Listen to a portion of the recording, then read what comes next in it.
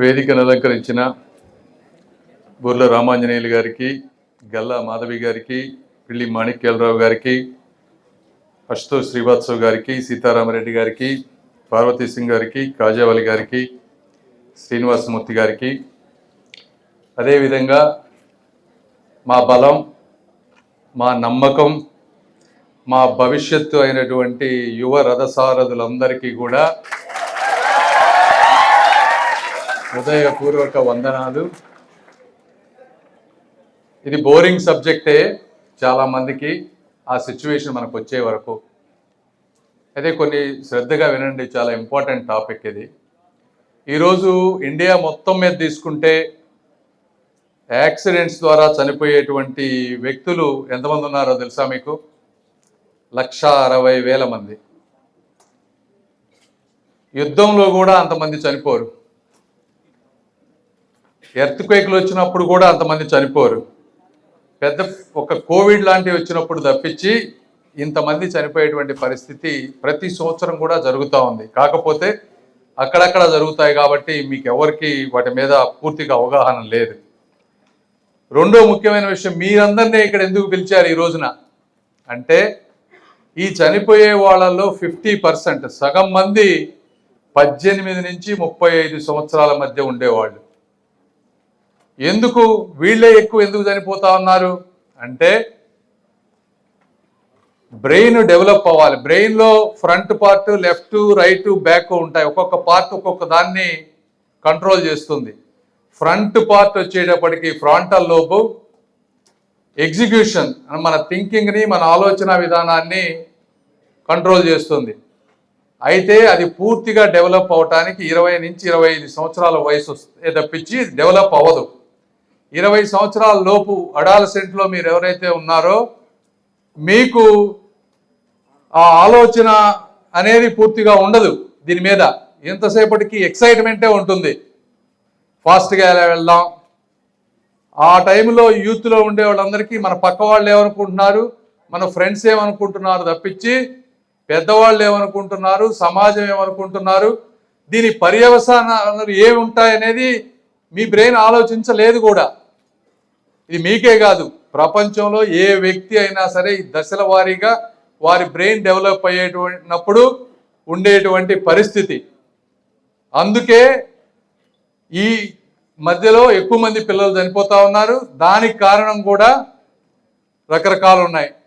Helmet పెట్టుకోకపోవటం, seat belt పెట్టుకోకపోవటం, drunk and driving, alcohol కానీ ఇంకొకటి కానీ మత్తు పదార్థాలు కానీ, ర్యాష్ డ్రైవింగ్, ఇట్లా రకరకాల కారణాలతోటి ఇవన్నీ జరుగుతూ ఉన్నాయి. అయితే ఇవన్నీ మీరు పెట్టుకోవటానికి కూడా కొన్ని మిత్స్ కూడా ఉన్నాయి.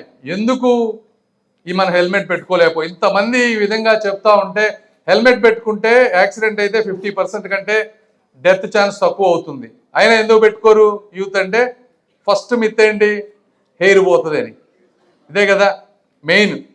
మీరందరూ ఒకసారి నా ఫోన్ ఏమ్మా అక్కడ ఉంది. మీరు ఒకటి గుర్తుపెట్టుకోవాల్సిందంటే, దట్ ఈజ్ ఎ మిత్, అపోహ. హెయిర్ పోట్, నేను పొలిటీషియన్ కానీ మీ ఎంతవరకు తెలుసో తెలియదు, నేను డాక్టర్ని కూడా. హెయిర్ ఎందుకు పోతుంది అంటే దానికి కారణాలు, మొట్టమొదటిది జెనెటిక్, తల్లిదండ్రులకి ఆ జీన్ ఉంటే హెయిర్ పోతుంది. రెండోది హార్మోనల్ ఎఫెక్ట్స్ కొంతమందికి. మూడోది స్ట్రెస్. ఇలా ఉంటే హెయిర్ పోతుంది తప్పించి హెల్మెట్ పెట్టుకుంటే హెయిర్ పోదు. మీకు కావాలంటే మీకు బిగ్గెస్ట్ రేస్ డ్రైవింగ్ చేసేవాళ్ళు ఉంటారు, తెలుసు కదా. రేస్ డ్రైవింగ్ చేసేవాళ్ళు ఆ రేసుల్లో 1-2 గంటలు హెల్మెట్ పెట్టుకుంటారు. వాళ్ళని ఎప్పుడన్నా చూడండి. ఇప్పుడు మీకు ఇతను ఉన్నాడు, లూయిస్ హ్యామిల్టన్, ఇతను చార్ల్స్ లెక్రెక్. ఇతనికి ఎక్కడన్నా హెయిర్ పోయిందా? కనిపిస్తుందా మీకు పిక్చర్? ఎక్కడ హెయిర్ పోలేదు కదా. అదేవిధంగా Lewis Hamilton 7 times F1 race car winner, daily 2 hours helmet పెట్టుకుంటాడు, అయినా హెయిర్ పోలేదు. వాళ్ళందరూ కాదు, నేనున్నా, నా హెయిర్ ఎక్కడన్నా పోయిందా? నేను కూడా హెల్మెట్ వాడా చిన్నప్పుడు. కాబట్టి హెయిర్ పోవటం అనేది హెల్మెట్కు సంబంధించిన విషయం కాదు, అది గుర్తుపెట్టుకోవాలి. రెండోది, హెల్మెట్ పెట్టుకుంటే జుట్టంతా ఇది పోతుంది, గలీజ్గా కనిపిస్తుంది అది తీసేటప్పుడు. కానీ సింపుల్ చిన్నది ఏదన్నా పాకెట్లో పాకెట్ కోమ్ పెట్టుకుంటే అయిపోయిన వెంటనే హెల్మెట్ తీసేయగానే దూకోవచ్చు, వెళ్ళిపోవచ్చు. చిన్న కోమ్, దానికేం పెద్ద ఇది అవసరం లేదు. కాబట్టి అదొకటి మీరు అర్థం చేసుకోవాలి. రెండోది, సీట్ బెల్ట్ కానీ ఇంకోటి కానీ పెట్టుకోవాలంటే ఎందుకు పెట్టుకోరు? షార్ట్ డిస్టెన్స్, నేను ఇక్కడ దాకే కదా, ఈ పక్క గుందిలో దాకే కదా వెళ్ళొచ్చేది, దీనికి అవసరం లేదనుకుంటారు. ఇప్పుడు 50% యాక్సిడెంట్స్ చూసుకుంటే 5 కిలోమీటర్ల డిస్టెన్స్ ఉన్న వాళ్ళకే జరుగుతాయి. మీరు రోడ్డు మీద వెళ్ళేటప్పుడు మీరు చూస్తూ ఉంటారు, మనం ఎంత కంట్రోల్ చేసినా కూడా రోడ్డు మీద ఎక్కడో కన్స్ట్రక్షన్ చేసేవాళ్ళు ఇసుకుపోస్తారు, కుక్కలు టక్కని రోడ్డు మీదకి వస్తూ ఉంటాయి. ఇవన్నీ మీ ప్రమేయం లేకుండా కూడా మీరు చక్కగా వెళ్తా ఉన్నా కూడా పక్కన వాళ్ళు తాగి డ్రైవ్ చేయొచ్చు, లేదా ఇంకొక రకంగా చేయొచ్చు, వాళ్ళందరికీ తెలియదు కదా, వాళ్ళు అడ్డం రావచ్చు. కాబట్టి యాక్సిడెంట్ అనేది 100 మీటర్ల దూరంలో కూడా జరగచ్చు. ఈ తక్కువ దూరం అని చెప్పి మీరు పెట్టుకోకుండా ఉండడం అనేది కరెక్ట్ కాదు. తర్వాత మూడోది, డ్రంక్ అండ్ డ్రైవింగ్. ఏం చేస్తారు? గబక్కన కొంచెం ఒక గ్లాస్ ఏదన్నా ఆల్కహాల్ తీసుకుంటే, నేను ఎంత కొంచెమే కదా తీసుకుంది, లేకపోతే నాకు ఆల్టర్నేట్ రోడ్ లేదు, నాకు బైక్ మాత్రమే ఉంది, దీని మీదే నేను వెళ్ళాలి కాబట్టి డ్రంక్ అండ్ డ్రైవింగ్లో వెళ్తారు. ఇది కూడా ఆల్కహాల్ అనేది కొంచెం తీసుకున్నా కూడా మీ బ్రెయిన్ రియాక్షన్ టైం, అంటే టక్కన బ్రేక్ వేయాల్సినప్పుడు బ్రేక్ వేయలేకపోవటం, ఆ రియాక్షన్ టైం తగ్గిస్తుంది. కొంచెం ఆల్కహాల్ అయినా కూడా మీరు దాన్ని అండర్ ఎస్టిమేట్ చేస్తారు, ఏమీ కాదు నాకు అని. వీళ్ళంతా చనిపోతున్న వాళ్ళు కూడా అలాంటి అండర్ ఎస్టిమేట్ చేసి చనిపోయారు. కాబట్టి అదేవిధంగా పీర్ ప్రెషర్, ఆల్కహాల్ కానీ డ్రగ్స్ కానీ ఎందుకు అందరు తీసుకుంటున్నారు, నా పక్కన ఫ్రెండ్స్ తీసుకుంటున్నారు కాబట్టి నేను కూడా తీసుకుంటున్నా, తీసుకోకపోతే నన్ను వేరే విధంగా అనుకుంటారు.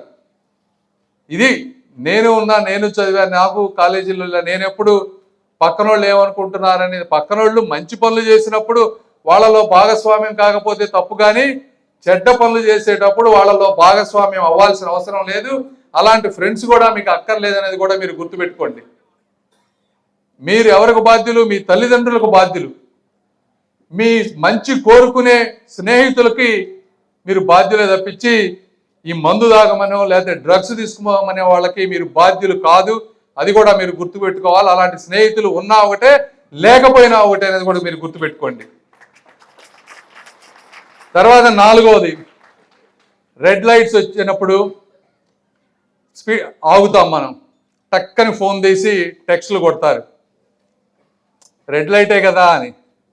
కానీ మీకు అర్థం కావాల్సింది ఏంటంటే, ఆ టెక్స్ట్ కొట్టేటప్పుడు మీ బ్రెయిన్ ఆలోచన విధానం దానికి వెళ్తుంది. వెళ్ళినప్పుడు వెంటనే ఫిజికల్గా మీరు ముందుకెళ్తారు, కానీ మీ బ్రెయిన్ పనిచేయదు. కాబట్టి అప్పుడు కూడా ఒక 10 నిమిషాలు టెక్స్ట్ చేయకపోతే నష్టం ఏమీ లేదు. 10 నిమిషాలు లేట్ అయ్యే కంటే, ఎందుకంటే మీరెవరు ఒకసారి యాక్సిడెంట్ అయిన తర్వాత కాన్సిక్వెన్సెస్ మీకు ఎవరికి తెలియవు.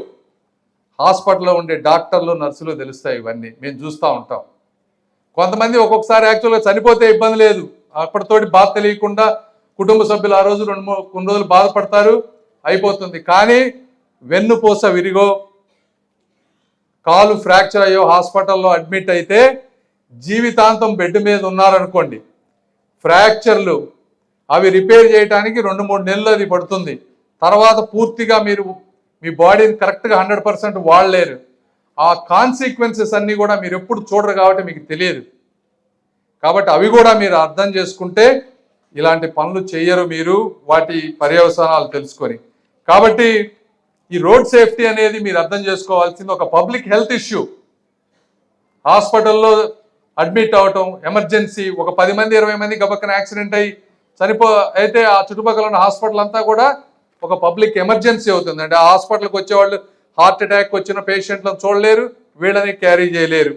ఒక పావర్టీ ఇష్యూ, అంటే కుటుంబ పెద్ద చనిపోతే ఈరోజు ఇంట్లో ఉండే మిగిలిన వాళ్ళు పెన్షన్ల మీద, గవర్నమెంట్ పథకాల మీద, ఎందుకంటే ఇంట్లో మహిళలు ఇంకా పూర్తిగా రాలేదు సమాజంలోకి, ప్రొడక్టివిటీలోకి, కాబట్టి వాళ్ళు ఇబ్బంది అయ్యేటువంటి ఇష్యూ అది పావర్టీ ఇష్యూ.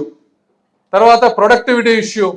ఈరోజు మనం ఎక్కడ పోయినా కూడా ఏం చెప్తా ఉన్నారు, భారతదేశంలో మాకు యూత్ ఉంది, వీళ్ళే మమ్మల్ని ముందుకు తీసుకువెళ్తారని చెప్పి ప్రధానమంత్రి గారి దగ్గర నుంచి గౌరవ ముఖ్యమంత్రి గారు కూడా ఈరోజు చెప్తా ఉన్నారు.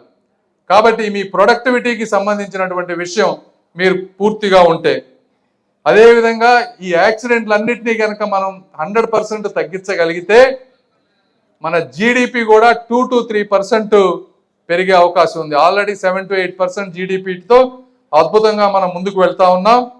ఇంకా 1% జీడిపిని కూడా యాడ్ చేయగలుగుతామని మీ అందరికీ తెలియజేసుకుంటూ, మీకొకరికే చెప్పడం కాదు, మేము కూడా ప్రభుత్వం కూడా మేము బాధ్యత తీసుకోవాలి. రోడ్ల మీద ఎక్కడ గుంతలు లేకుండా చేయటం అది మా బాధ్యత. అవన్నీ గుంటూరు ప్రాంతంలో సాధ్యమైనంత వరకు చేస్తూ ఉన్నాం. అదేవిధంగా స్ట్రిక్ట్ ఎన్ఫోర్స్మెంట్, ఇందాక మాధవి గారు చెప్పినట్టు zero tolerance for drunk driving, over speeding, helmet less riding, ఈ మూడింటిని జీరో టాలరెన్స్ తోటి మేము వర్క్ చేస్తాం. అదేవిధంగా టెక్నాలజీ తోటి మానిటరింగ్, మీకు ఇంతకుముందు ఇప్పుడు గుంటూరులో దాదాపు అన్ని ట్రాఫిక్ ఏరియాల్లో కూడా విపరీతమైన మంచి కెమెరాస్ పెట్టి మానిటరింగ్ చేసి ఫైన్స్ అన్నీ చేసే విధంగా మేము చేస్తూ ఉన్నాం. ఎక్కడ స్పీడ్ బ్రేకర్ వేయాలో అవన్నీ చాలా స్పీడ్ బ్రేకర్స్ పెట్టించాం లాస్ట్ 2 yearsలో.